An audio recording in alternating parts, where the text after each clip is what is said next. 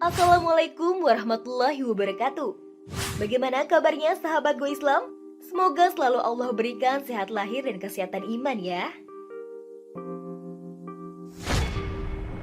Sahabat, kematian pada dasarnya pasti akan dialami oleh setiap manusia. Bahkan orang yang kita sayangi sekalipun.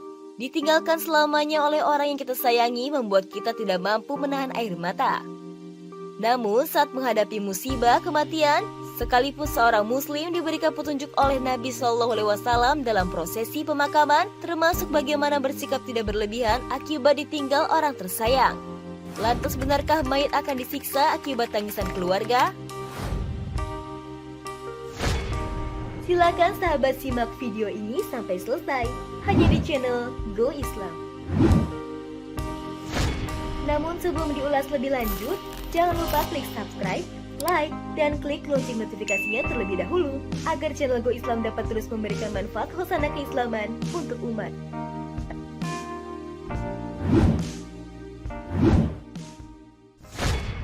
Sahabat, dalam beberapa hadis Rasulullah menyatakan seorang mayit akan disiksa akibat tangisan keluarganya kepadanya. Telah menceritakan kepada kami Hanad bin Sari dari Abda dan Abu Muawiyah, dari Hisham bin Urwa dari bapaknya, dari Ibnu Umar, ia berkata, Rasulullah SAW bersabda, sesungguhnya seorang mayit diazab dikarenakan tangisan keluarganya kepadanya. Hadis riwayat Abu Dawud nomor 3131. Menurut Al-Albani, hadis tersebut sahih dalam kitab Sahih Al-Bukhari nomor 1286 dan Sahih Muslim nomor 927. Disebutkan hadis yang sama matan, namun berbeda sanadnya. Dalam riwayat Al-Baihaqi disebutkan, telah menceritakan kepada kami Syu'bah dari Abu Bakar bin Hafsah, ia berkata, aku telah mendengar Ibnu Umar dari Umar bin Khattab radhiyallahu anhu dari Nabi SAW, ia bersabda, seorang mayit akan disiksa dengan sebab tangisan orang yang masih hidup. Hadis riwayat Al-Baihaqi nomor 7416. Kedua hadis tersebut mengindikasikan bahwa seorang mayit akan disiksa dengan sebab kematiannya ditangisi oleh keluarganya, saudara, maupun orang yang masih hidup. Padahal Allah telah berfirman, setiap diri bertanggung jawab atas apa yang telah diperbuatnya.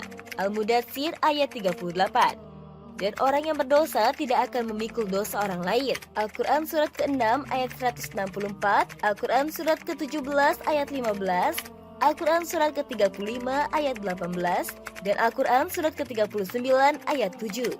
Dan tidaklah manusia memperoleh selain apa yang telah ia usahakan. Al-Quran surat An-Najm ayat 39.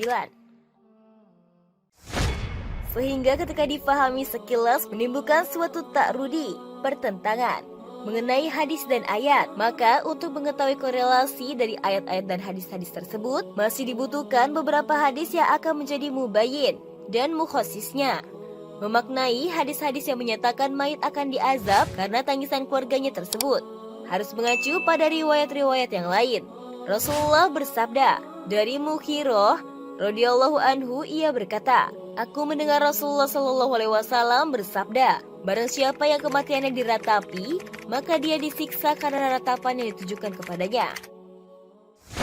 Suatu ketika Rasulullah menjenguk Sa'ad bin Ubadah, tengah dirundung kesedihan karena salah satu anggota keluarganya sakit keras.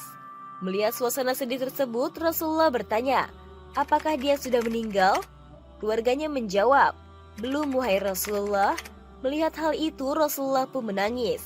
Karena Rasulullah menangis, para sahabat pun ikut menangis. Lalu kemudian Rasulullah bersabda, tidakkah kalian mendengar bahwa Allah tidak menyiksa disebabkan tetesan air mata atau kesedihan hati? Akan tetapi Allah menyiksa dan merahmati seseorang disebabkan ini. Beliau menunjuk ke lisannya. Sesungguhnya mayit itu diazab disebabkan tangisan keluarganya. Hadis riwayat Bukhari nomor 1304 dan Muslim nomor 924. Sahabat, dua hadis tersebut dapat diambil kesimpulan bahwa tangisan yang mengakibatkan seorang diazab dalam kuburnya adalah tangisan yang disertai dengan ratapan.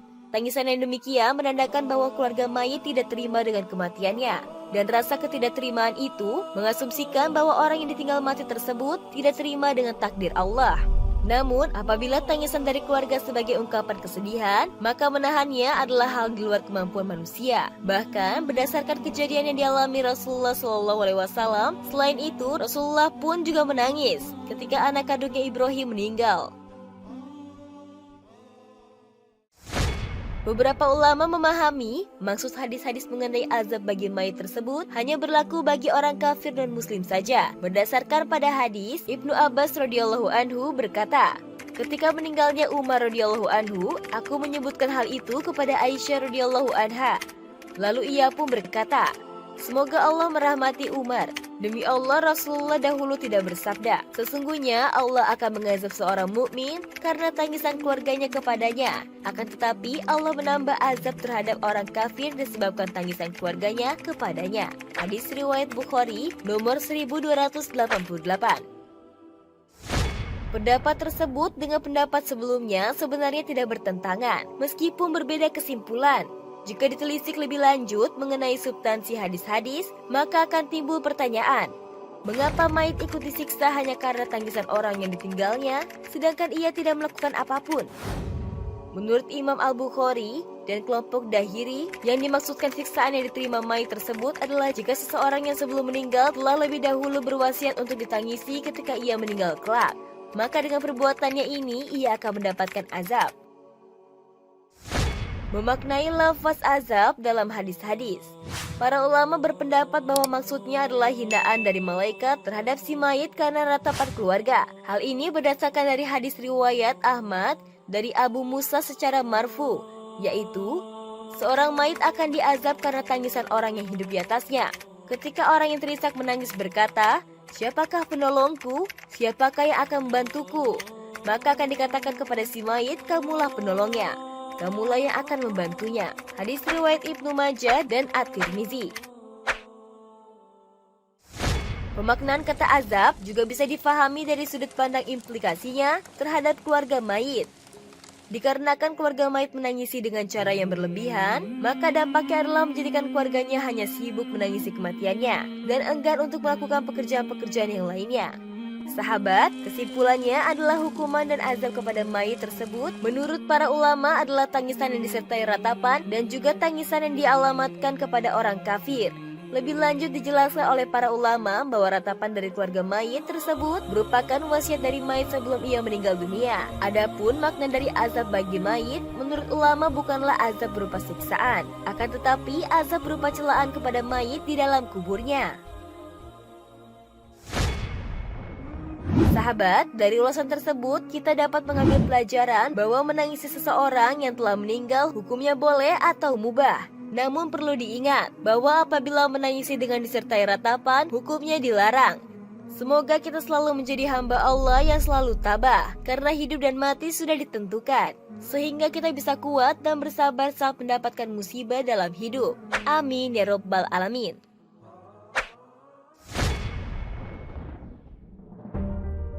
Wallahu a'lam bishawab. Sahabat Go Islam, jika video ini memberikan manfaat, jangan lupa untuk share ya, agar kita ikut menyebarkan kebaikan. Karena kata Rasulullah, barang siapa menunjukkan manusia kepada kebaikan, maka ia memperoleh pahala seperti pahala orang yang melakukannya. Hadis riwayat Muslim.